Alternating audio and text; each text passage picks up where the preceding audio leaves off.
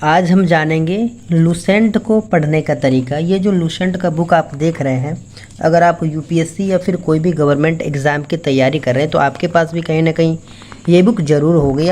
तो इस बुक को पढ़ना बहुत ही मोस्ट है, क्योंकि इस बुक को अगर आप एक बार कवर कर लेते हैं अच्छे से तो कहीं ना कहीं प्रीलिम्स का आपका 20 नंबर, मतलब प्री एग्ज़ाम का आपका 20 मार्क्स आपका कंफर्म है कि यहाँ से आपको 20 मार्क्स निकल के आएगा। तो इस बुक को पढ़ने का ना एक बहुत ही अच्छा तरीका आपको बताने जा रहे हैं। सबसे पहले क्या करिए कि इस बुक में आप देखे होंगे कि यहाँ पे अलग अलग विषय सूची दिया गया है। ये जो विषय सूची आपको दिख रहा है, इस विषय सूची को सबसे पहले आप क्या करिए कि आप देखिए कि यहाँ पे विषय सूची में क्या है। जैसे इतिहास दिया गया है, भूगोल दिया गया है, भारतीय अर्थव्यवस्था, भारत का भूगोल, भारत का संविधान, इसके बाद रसायन विज्ञान, जीव विज्ञान, विज्ञान एवं प्रौद्योगिकी, विविध विज्ञान एवं प्रौद्योगिकी, विविध, खेल कूद, कंप्यूटर। मतलब इतने सारे सब्जेक्ट को एक ही बुक के अंदर क्या किया गया है, कंबाइंड किया गया है। तो कहीं ना कहीं आप क्या करते हैं, बहुत सारे स्टूडेंट क्या होते हैं, उलझ जाते हैं कि हम क्या पढ़ें क्या नहीं पढ़ें, कहाँ से शुरू करें। तो इसको पढ़ने का सबसे अच्छा तरीका है, जैसे कि यहाँ पे इतिहास है तो आप क्या करिए कि इतिहास का पेज नंबर 1 से 64 आप क्या करिए कि इतिहास का, जैसे कि हम यहाँ पे देखिए अलग कर रखे हैं इसको, आप इतिहास को अलग कर लीजिए। जैसे कि ये देखिए 1 चैप्टर 1 हो गया इतिहास का, इसको आप अलग कर लीजिए यहाँ से। इसके बाद भूगोल का चैप्टर 2 अलग कर लीजिए, भारतीय अर्थव्यवस्था का ऐसे अलग करिए। मतलब आप इसको चैप्टर वाइज सबसे पहले बांट लीजिए। चैप्टर वाइज बांटने के बाद ये देखिए बिल्कुल आपको इतनी पतली सी किताब लगेगी। फिर आपको एक तो सबसे पहले किताब जो मोटी होती है तो लोगों को लगता है इतनी मोटी किताब पढ़नी पड़ेगी, इतना सारा कंटेंट पढ़ना पड़ेगा, इतना सारा कंटेंट याद करना पड़ेगा। तो सबसे पहले ना क्या होता है कि माइंड ना एक साइकोलॉजिकल एक वर्णन बना लेता है कि कहीं ना कहीं इतनी मोटी किताब पता नहीं कैसे कंप्लीट होगा, कैसे कंप्लीट कर पाएंगे। तो सबसे पहले देखिए आपके सामने कितनी पतली सी किताब है। अब आपको ये लगेगा ना कि कहीं ना कहीं इतनी पतली सी किताब पढ़ना है तो कहीं ना कहीं इसको बहुत ईजिली ख़त्म किया जा सकता है। अगर हम एक बार, 2 बार, 3 बार, 4 बार भी इसको चाहें तो इसको ख़त्म कर सकते हैं। तो आप इसको अलग अलग कर लीजिए। उसके बाद आप जो चीज़ें पढ़ रहे हैं ना उसको आप अंडरलाइन करिए। उससे अंडरलाइन करने के बाद जो भी उससे रिलेटेड आपको चीज़ें लग रहा है कि नहीं, उसको नोट डाउन करना है, उसको लिखना है, कहीं ना कहीं लिख करके वो चीज़ें याद हो सकती है। तो आप क्या करिए कि एक छोटी सी कॉपी बना लीजिए। जैसे आपको लगे कि हिस्ट्री का मेरा इतना चीज़ इसमें कवर हो जाएगा इतनी मोटी सी कॉपी में, तो आप उनसे रिलेटेड क्या करिए कि एक कॉपी बना लीजिए। और कॉपी बनाने के बाद एक ही जगह पे क्या करें कि एक समान चीज़ों को, जो एक तरीके की चीज़ें हैं, जैसे अगर हम बौद्ध धर्म की बात कर रहे हैं, किसी ग्रंथ की बातें कर रहे हैं, तो एक तरीके की चीज़ों को एक जगह पे लिखने का कोशिश करिए। एक जगह पे लिखने से क्या होगा कि चीज़ें आपको एक ही टाइम पे बिना अलग अलग जगहों पे सफ़रिंग किए, बिना अलग अलग जगहों पे गए, अलग अलग पेजेस पे बिना गए आप उसको पढ़ सकते हैं। जैसे कि हम आपको आगे इसी वीडियो में दिखाएंगे कि एक ही जगह पे हम कैसे किसी चीज़ों को नोट डाउन करते हैं। तो जैसे यहाँ देखिए, जैसे हम यहाँ पे दिखाते हैं, जैसे यहाँ पे है कि भारत में राष्ट्रपिता के नाम से किसे जाना जाता है, तो महात्मा गांधी को कहा जाता है। अब यहीं पे हम अगर ये लिख ले साइड में कि महात्मा गांधी को और किस किस नाम से जाना जाता है, तो महात्मा गांधी को जाना जाता है भंगी शिरोमणि के नाम से, 1 मैन बाउंड्री फोर्स के नाम से, मलंग बाबा के नाम से, कूली बैरिस्टर के नाम से, भाई के नाम से।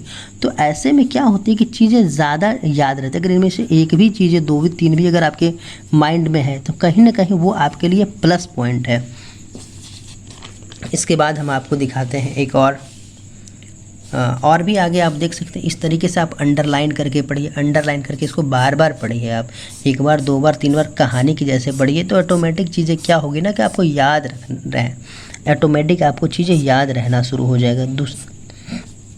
दूसरी बात कि आप नोट्स लूसेंट का आप चाहें तो और भी, अगर आपको प्लस बेनिफिट लेना है लूसेंट का, अगर आपको चाहते हैं कि चीज़ें और भी अच्छे तरीके से प्रिपेयर हो जाए तो आप ना नोट्स बनाइए। सब्जेक्ट वाइज आप नोट्स बना के पढ़िए। नोट्स बना के पढ़ने से क्या होता है ना कि चीज़ों एक्स्ट्रा कंटेंट अगर आपको लग रहा है कि कुछ चीज़ें ऐड करनी है, वहाँ पे ऐड करने से उससे रिलेटेड कुछ और चीज़ें हम उसमें ऐड कर सकते हैं, तो आप चाहें तो वो कर सकते हैं। जैसे सपोज़ कि 1930 में क्या हुआ था। 1930 में हुआ था सविनय अवज्ञा आंदोलन, लेकिन इनके अलावा भी 1930 में क्या क्या हुआ, तो सबसे यहाँ पर नमक सत्याग्रह हुआ, दांडी मार्च हुआ, गोल मेज का प्रथम सम्मेलन हुआ। तो ऐसे में चीज़ें क्या रहती है कि ऐसे में आप एक ही टाइम पे 1930 के बारे में 3 पॉइंट जान सकते हैं कि 1930 ईस्वी में ऐसी क्या क्या घटनाएं घटी, जो मुख्य घटनाएं होती है। तो कम से कम आप मुख्य घटनाओं को आप क्या करिए कि एक जगह पे लिखिए। इसके बाद अगर हम मोहनजोदड़ो की बात करें, सिंधु घाटी सभ्यता, अगर हम सिंधु घाटी सभ्यता की बात करें तो सिंधु घाटी सभ्यता का पत्तन नगर बंदरगाह कौन सा था, तो इसका एकमात्र उत्तर हो सकता है लोथल। लेकिन अगर हम क्या करें कि लोथल से रिलेटेड अगर हम 2 और पॉइंट लिख लें कि लोथल जो है भगवा नदी के किनारे गुजरात में है, यहाँ पे चावल का साक्ष्य मिला है, तो क्या लगता है कि लोथल से रिलेटेड अगर ये दोनों क्वेश्चन आएंगे तो क्या हम उसको ईजिली कर पाएंगे या नहीं कर पाएंगे, कर पाएंगे। अगर हम यहीं पे लिख लें रोपड़ से संबंधित, रोपड़ के बारे में कि रोपड़ से क्या मिला है, तो रोपड़ से मानव और कुत्ता का कंकाल मिला है। कालीबंगन से क्या मिला है, तो कालीबंगन से जुते हुए खेत का प्रमाण मिला है। अग्निकुंड मिला है, काली चूड़ियाँ मिले हैं, भूकंप का प्राचीन साक्ष्य मिला है। तो इस तरीके से अगर हम कालीबंगन से 4 पॉइंट यहाँ पे लिख लिए तो कहीं ना कहीं ये मेरे लिए प्लस पॉइंट हुआ कि सिंधु घाटी सभ्यता के जितने भी इनसे रिलेटेड फैक्ट बन पा रहे हैं उनको जो एग्ज़ाम में पूछे जाने लायक है उन सारे फैक्ट को आप कोशिश करिए एक जगह पे लिख करके पढ़ने के। इसके बाद यहीं पे आता है मोहनजोदड़ो। तो मोहनजोदड़ो से रिलेटेड यहाँ पे क्या है, नाचते हुए लड़की की मूर्ति मिली, सभा भवन मिला, अन्नागार मिला, स्नानगार मिला, 7 बार बनाया गया, 7 बार बर्बाद हुआ। मोहनजोदड़ो को मृतकों का टीला कहा जाता है, सिंधु बाग भी कहा जाता है। अब बताइए कि एक ही क्वेश्चन से कितने सारे पॉइंट बने, 1 2 3 4 5 6 7। एक छोटे से पॉइंट से आप अगर 7 पॉइंट को एक जगह पे लिख लेते हैं तो कहीं ना कहीं आपको एक कहानी के फॉर्म में आपको याद होना शुरू हो जाएगा। ये बात करते हैं इसी टॉपिक पे, जैसे यहाँ देखते हैं, जैसे हम इस क्वेश्चन में देखते हैं कि कौटिल्य का अर्थशास्त्र क्या है। तो कौटिल्य का अर्थशास्त्र क्या है, शासन के सिद्धांत की एक पुस्तक है ये, तो इसका आंसर हो गया। लेकिन अगर हम इन्हीं से रिलेटेड लिख दें कि नीति के ऊपर लिखी प्रथम पुस्तक है, जनसंख्या गणना का वर्णन है, चंद्रगुप्त मौर्य का जिक्र नहीं है, सप्तांग सिद्धांत दिया गया। मतलब एक ही क्वेश्चन के आप उनसे रिलेटेड कई सारे आंसर अगर आप लिख लेते हैं, कई सारे अलग अलग क्वेश्चन के आंसर उनसे जो रिलेटेड क्वेश्चन बन पा रहे हैं कौटिल्य से रिलेटेड या फिर उनके अर्थशास्त्र रिलेटेड जो आंसर बन पा रहे हैं या फिर जो क्वेश्चन बन पा रहे हैं, आप उनसे रिलेटेड सारे क्वेश्चन का आंसर अगर एक जगह पे लिख लेते हैं तो आपको चीज़ें ज़्यादा याद रहेगी। आगे इस तरह के और क्वेश्चन को अगर हम देखें तो इस तरह के और क्वेश्चन आप देखिए कि ये कैसे अंडरलाइन करके हम नोट्स बनाए हैं। तो बहुत ही खूबसूरत तरीके से नोट्स, ऐसे भी आप नोट्स बना सकते हैं, ऐसे आप नोट्स बना के पढ़ सकते हैं। देखिए सबसे लास्ट में कोटेशन लिखें, असंभव शब्द का प्रयोग केवल कायर करते हैं। इस प्रकार का नोट्स आप बना सकते हैं।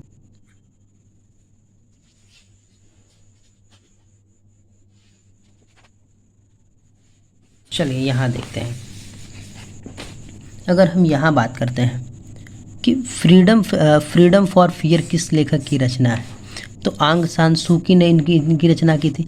इनके अलावा देखते हैं अलग अलग MS स्वामीनाथन की रचना यहाँ पे लिख दी है, मदर टेरेसा की रचना लिख लिए, नेल्सन मंडेला की रचना लिख लिए, मदर टेरेसा को निर्मल हृदय कहा जाता है, ये भी यहाँ पे टॉपिक लिख लिए। तो इनसे क्या होता है ना कि चीज़ें ज़्यादा याद रहती है।